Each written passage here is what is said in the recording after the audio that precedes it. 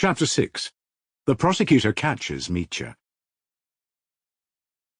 Something utterly unexpected and amazing to Mitya followed. He could never, even a minute before, have conceived that anyone could behave like that to him, Mitya Karamazov. What was worst of all, there was something humiliating in it, and, on their side, something supercilious and scornful. It was nothing to take off his coat, but he was asked to undress further, or rather not asked, but commanded. He quite understood that. From pride and contempt he submitted without a word. Several peasants accompanied the lawyers and remained on the same side of the curtain, to be ready if force is required, thought Mitya, and perhaps for some other reason too. "Well, must I take my shirt off too?" he asked sharply. But Nikolai Parfenovitch did not answer. He was busily engaged with the prosecutor in examining the coat, the trousers, the waistcoat, and the cap, and it was evident that they were both much interested in the scrutiny. "They make no bones about it," thought Mitya. "They don't keep up the most elementary politeness." "I ask you for the second time, need I take off my shirt or not?" he said, still more sharply and irritably. "Don't trouble yourself, we will tell you what to do," Nikolai Parfenovitch said, and his voice was positively peremptory, or so it seemed to Mitya. Meantime, a consultation was going on in undertones between the lawyers. There turned out to be on the coat, especially on the left side at the back, a huge patch of blood, dry and still stiff. There were bloodstains on the trousers, too. Nikolai Parfenovitch, moreover, in the presence of the peasant witnesses, passed his fingers along the collar, the cuffs, and all the seams of the coat and trousers, obviously looking for something, money, of course. He didn't even hide from Mitya his suspicion that he was capable of sewing money up in his clothes. "He treats me not as an officer, but as a thief," Mitya muttered to himself. They communicated their ideas to one another with amazing frankness. The secretary, for instance, who was also behind the curtain, fussing about and listening, called Nikolai Parfenovitch's attention to the cap, which they were also fingering. "You remember Gridenko, the copying clerk?" observed the secretary. "Last summer he received the wages of the whole office, and pretended to have lost the money when he was drunk. And where was it found? Why, in just such pipings in his cap. The 100-rouble notes were screwed up in little rolls and sewed in the piping." Both the lawyers remembered Gridenko's case perfectly, and so laid aside Mitya's cap, and decided that all his clothes must be more thoroughly examined later. "Excuse me," cried Nikolai Parfenovitch suddenly, noticing that the right cuff of Mitya's shirt was turned in and covered with blood. "Excuse me, what's that, blood?" "Yes," Mitya jerked out. "That is, what blood? And why is the cuff turned in?" Mitya told him how he had got the sleeve stained with blood looking after Grigori, and had turned it inside when he was washing his hands at Perhotin's. "You must take off your shirt, too. That's very important as material evidence." Mitya flushed red and flew into a rage. "What, am I to stay naked?" he shouted. "Don't disturb yourself. We will arrange something. And meanwhile take off your socks." "You're not joking? Is that really necessary?" Mitya's eyes flashed. "We are in no mood for joking," answered Nikolai Parfenovitch sternly. "Well, if I must," muttered Mitya, and sitting down on the bed he took off his socks. He felt unbearably awkward. All were clothed, while he was naked, and, strange to say, when he was undressed he felt somehow guilty in their presence, and was almost ready to believe himself that he was inferior to them, and that now they had a perfect right to despise him. When all are undressed, one is somehow not ashamed, but when one's the only one undressed and everybody is looking, it's degrading, he kept repeating to himself again and again.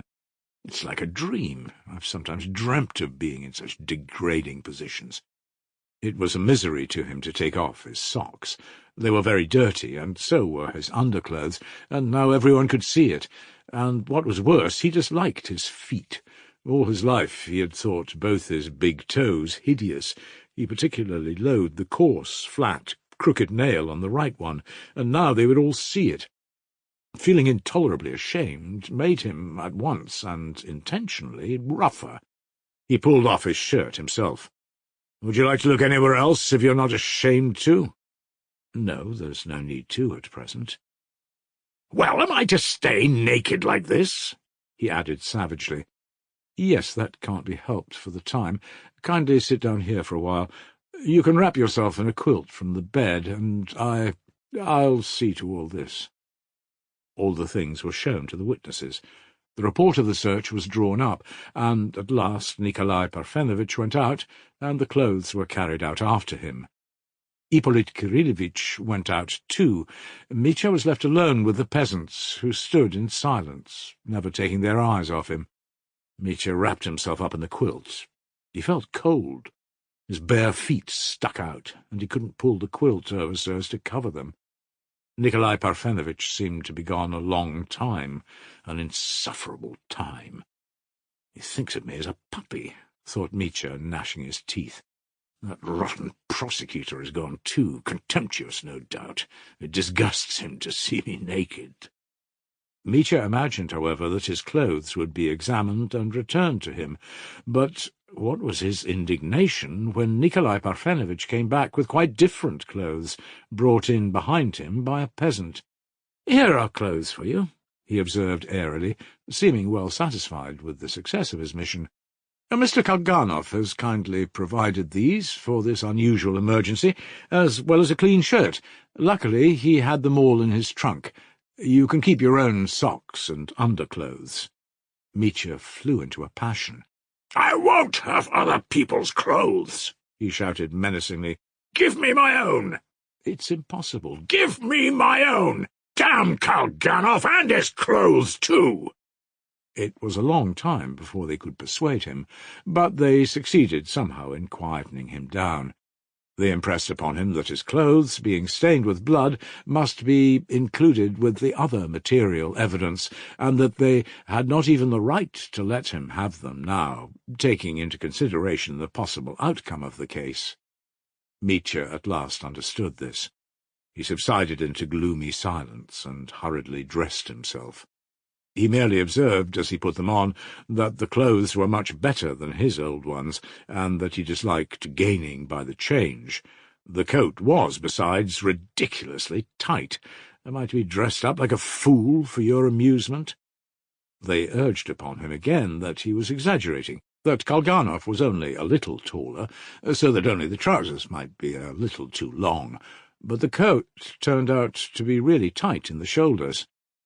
"Damn it all, I can hardly button it," Mitya grumbled. "Be so good as to tell Mr. Kalganov from me that I didn't ask for his clothes, and it's not my doing that they've dressed me up like a clown." "He understands that, and is sorry. I mean, not sorry to lend you his clothes, but sorry about all this business," mumbled Nikolai Parfenovitch. "Confound his sorrow! Well, where now? Am I to go on sitting here?" He was asked to go back to the other room. Mitya went in, scowling with anger, and trying to avoid looking at anyone. Dressed in another man's clothes, he felt himself disgraced, even in the eyes of the peasants, and of Trifon Borisovitch, whose face appeared for some reason in the doorway, and vanished immediately. "He's come to look at me dressed up," thought Mitya. He sat down on the same chair as before.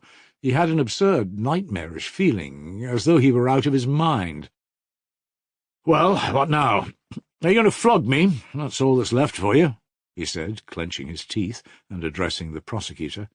He would not turn to Nikolai Parfenovitch, as though he disdained to speak to him. "He looked too closely at my socks, and turned them inside out on purpose, to show everyone how dirty they were, the scoundrel." "Well, now we must proceed to the examination of witnesses," observed Nikolai Parfenovitch, as though in reply to Mitya's question. "Yes," said the prosecutor thoughtfully, as though reflecting on something.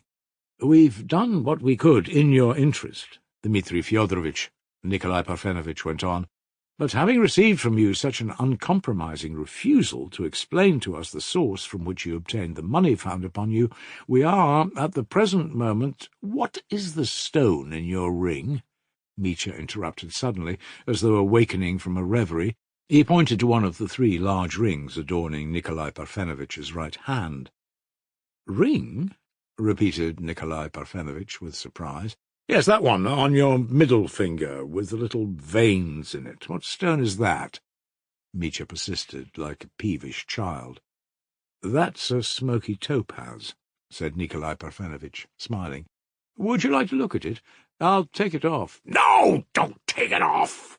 cried Mitya, furiously, suddenly waking up and angry with himself. "Don't take it off. There's no need. Damn it! Gentlemen, you've sullied my heart. Can you suppose that I would conceal it from you if I had really killed my father, that I would shuffle, lie, and hide myself? No, that's not like Dmitri Karamazov. That he couldn't do, and if I were guilty, I swear I shouldn't have waited for your coming, or for the sunrise, as I meant at first, but should have killed myself before this, without waiting for the dawn. I know that about myself now. I couldn't have learned so much in 20 years as I found out in this accursed night, and should I have been like this on this night, and at this moment, sitting with you, could I have talked like this, could I have moved like this, could I have looked at you and at the world like this, if I had really been the murderer of my father, when the very thought of having accidentally killed Grigori gave me no peace all night? Not from fear, oh, not simply from fear of your punishment. The disgrace of it! And you expect me to be open with such scoffers as you, who see nothing and believe in nothing, blind moles and scoffers, and to tell you another nasty thing I've done, another disgrace, even if that would save me from your accusation? No, better Siberia! The man who opened the door to my father and went in at that door, he killed him, he robbed him. Who was he? I'm racking my brains and can't think who. But I can tell you it was not Dmitri Karamazov, and that's all I can tell you, and that's enough. Enough! Leave me alone. Exile me, punish me, but don't bother me any more. I'll say no more. Call your witnesses." Mitya uttered his sudden monologue as though he were determined to be absolutely silent for the future. The prosecutor watched him the whole time, and only when he had ceased speaking observed, as though it were the most ordinary thing, with the most frigid and composed air, "Oh, about the open door of which you spoke just now, we may as well inform you, by the way, now, of a very interesting piece of evidence of the greatest importance both to you and to us that has been given us by Grigori, the old man you wounded. On his recovery, he clearly and emphatically stated, in reply to our questions, that when, on coming out to the steps and hearing a noise in the garden, he made up his mind to go into it through the little gate which stood open, before he noticed you running, as you have told us already, in the dark from the open window where you saw your father, he, Grigori, glanced to the left, and, while noticing the open window, observed at the same time, much nearer to him, the door, standing wide open, that door which you have stated to have been shut the whole time you were in the garden. I will not conceal from you that Grigori himself confidently affirms and bears witness that you must have run from that door, though of course he did not see you do so with his own eyes, since he only noticed you first some distance away in the garden, running towards the fence." Mitya had leapt up from his chair halfway through this speech. "Nonsense!" he yelled in a sudden frenzy. "It's a bare-faced lie! He couldn't have seen the door open because it was shut. He's lying." "I consider it my duty to repeat that he is firm in his statement. He does not waver, he adheres to it. We've cross-examined him several times." "Precisely. I have cross-examined him several times," Nikolai Parfenovitch confirmed warmly. "It's false! It's false! It's either an attempt to slander me or the hallucination of a madman," Mitya still shouted. "He's simply raving, from loss of blood, from the wound. He must have fancied it when he came to. He's raving." "Yes, but he noticed the open door, not when he came to after his injuries, but before that, as soon as he went into the garden from the lodge." "But it's false! It's false! It can't be so! He's slandering me from spite. He couldn't have seen it. I didn't come from the door," gasped Mitya. The prosecutor turned to Nikolai Parfenovitch and said to him impressively, "Confront him with it. Do you recognize this object?" Nikolai Parfenovitch laid upon the table a large and thick official envelope, on which 3 seals still remained intact. The envelope was empty and slit open at one end. Mitya stared at it with open eyes. It must be that envelope of my father's, the envelope that contained the 3,000 roubles, and if there's inscribed on it, allow me, 'For my little chicken.' Yes, 3,000, he shouted. You see, 3,000, you see." "Of course we see, but we didn't find the money in it. It was empty and lying on the floor by the bed, behind the screen." For some seconds, Mitya stood as though thunderstruck. "Gentlemen, it's Smerdyakov!" he shouted suddenly at the top of his voice. "It's he who murdered him. He's robbed him. No one else knew where the old man hid the envelope. It's Smerdyakov, that's clear now." "But you, too, knew of the envelope, and that it was under the pillow." "I never knew it. I've never seen it. This is the first time I've looked at it. I'd only heard of it from Smerdyakov. He was the only one who knew where the old man kept it hidden. I didn't know." Mitya was completely breathless. "But you told us yourself that the envelope was under your deceased father's pillow. You especially stated that it was under the pillow, so you must have known it." "We've got it written down," confirmed Nikolai Parfenovitch. "Nonsense! It's absurd. I'd no idea it was under the pillow. And perhaps it wasn't under the pillow at all. It was just a chance guess that it was under the pillow. What does Smerdyakov say? Have you asked him where it was? What does Smerdyakov say? That's the chief point. And I went out of my way to tell lies against myself. I told you without thinking that it was under the pillow. And now you— Oh, you know how one says the wrong thing without meaning it. No one knew but Smerdyakov, only Smerdyakov, and no one else.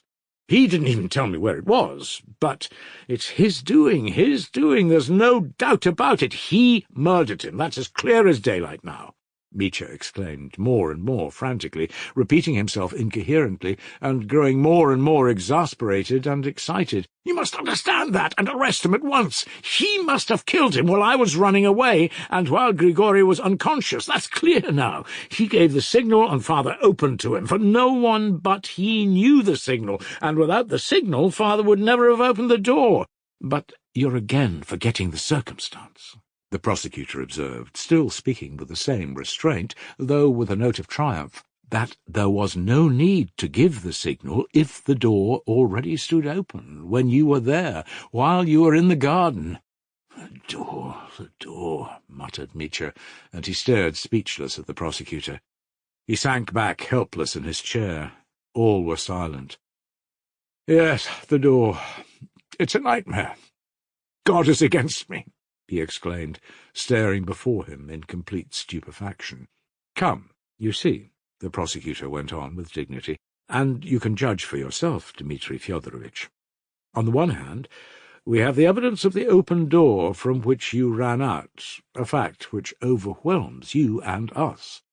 On the other side, your incomprehensible, persistent, and, so to speak, obdurate silence with regard to the source from which you obtained the money, which was so suddenly seen in your hands, when only 3 hours earlier, on your own showing, you pledged your pistols for the sake of 10 roubles. In view of all these facts, judge for yourself. What are we to believe, and what can we depend upon? And don't accuse us of being frigid, cynical, scoffing people who are incapable of believing in the generous impulses of your heart. Try to enter into our position." Mitya was indescribably agitated. He turned pale. "Very well," he exclaimed suddenly. "I will tell you my secret. I'll tell you where I got the money. I'll reveal my shame, that I may not have to blame myself or you hereafter." "And believe me, Dmitri Fyodorovitch," put in Nikolai Parfenovitch, in a voice of almost pathetic delight, "that every sincere and complete confession on your part at this moment may later on have an immense influence in your favour, and may indeed, moreover—" But the prosecutor gave him a slight shove under the table, and he checked himself in time. Mitya, it is true, had not heard him.